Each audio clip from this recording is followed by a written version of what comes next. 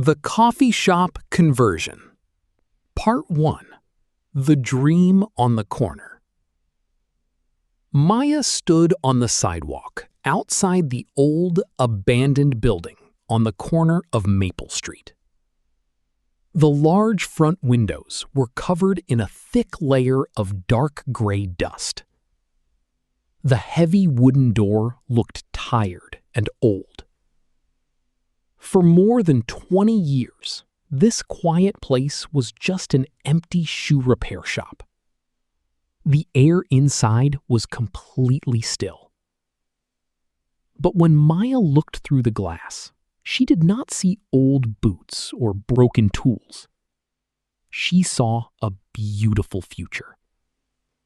She saw shiny silver espresso machines. She saw comfortable forest green chairs. She heard the warm sound of people laughing over hot mugs of coffee. She wanted to convert this forgotten space into a lively neighborhood gathering spot. She already had the perfect name for it: the Daily Grind. If you're finding your flow with today's session, subscribe to the Story Shadow and join our community of English learners. Part 2. The Cleanup Crew. Maya's best friend, a tall and cheerful man named Leo, agreed to help her with the project. On their very first Saturday, they arrived at the building early in the morning. The sun was just rising. They wore their oldest clothes and thick, bright yellow rubber gloves. "Wow, Maya," Leo said as he pushed open the squeaky front door. He looked at the piles of broken cardboard boxes, old leather scraps, and rusty nails on the floor. This isn't just a decoration project. This is a total rescue mission. They spent 3 long, exhausting days just cleaning out the trash. They filled 10 massive black garbage bags with things that could not be saved. Next, Leo worked on the large front windows. He sprayed them with cleaner and wiped them down until the glass was completely invisible in the bright sunlight. Meanwhile, Maya went to work on the floors. She got down on her knees and scrubbed the old wooden boards with hot water and soap. Slowly, the beautiful, natural, dark brown color of the wood returned. By Tuesday evening, the entire room smelled like fresh lemon soap instead of ancient dust. The empty space suddenly looked twice as big. Part 3. Color, Wood, and Velvet. The following week was all about color, comfort, and design. Maya wanted the shop to feel incredibly warm and welcoming. She wanted it to feel like a big, cozy hug on a cold, rainy day. First, they painted the walls. They painted 3 of the walls a soft, creamy white color. But the main wall, right behind the counter, became a deep, rich forest green. Next came the furniture. Leo was very good at woodworking. He collected old, rejected wooden pallets from a local shipping yard. He spent hours sanding the wood until it was perfectly smooth. Then he built a long, beautiful coffee bar that stretched across the back of the room. To find the perfect seats, Maya visited 3 different thrift stores in the city.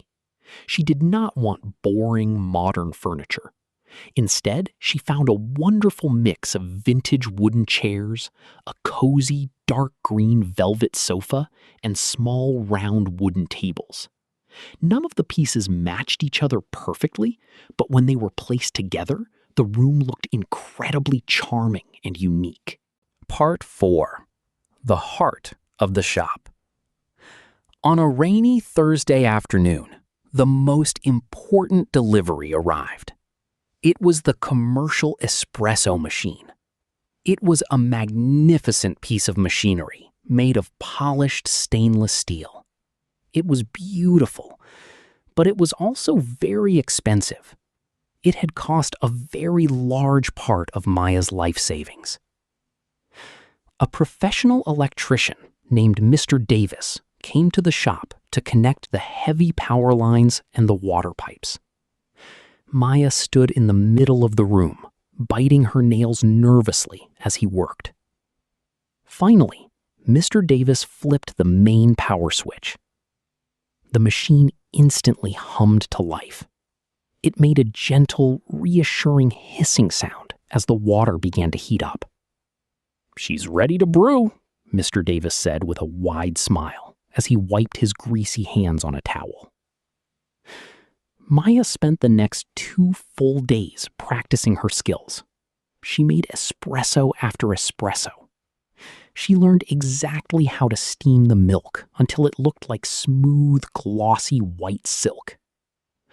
Leo sat at the counter as her official taste tester. By Saturday night, his heart was racing from too much caffeine, but he gave her a huge thumbs up. "This cappuccino is absolutely perfect, Maya." Part 5. Opening the Door.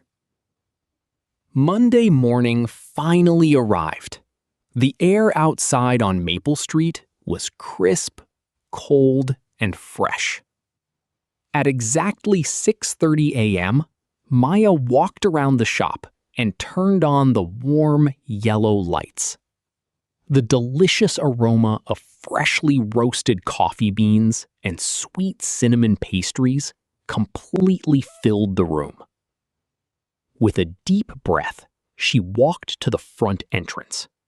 She reached out and turned the little plastic sign on the door from closed to open. For the first 20 minutes, absolutely nobody came inside. The street was quiet. Maya bit her lip, feeling a sudden wave of worry in her chest. She started to think that she had made a terrible mistake.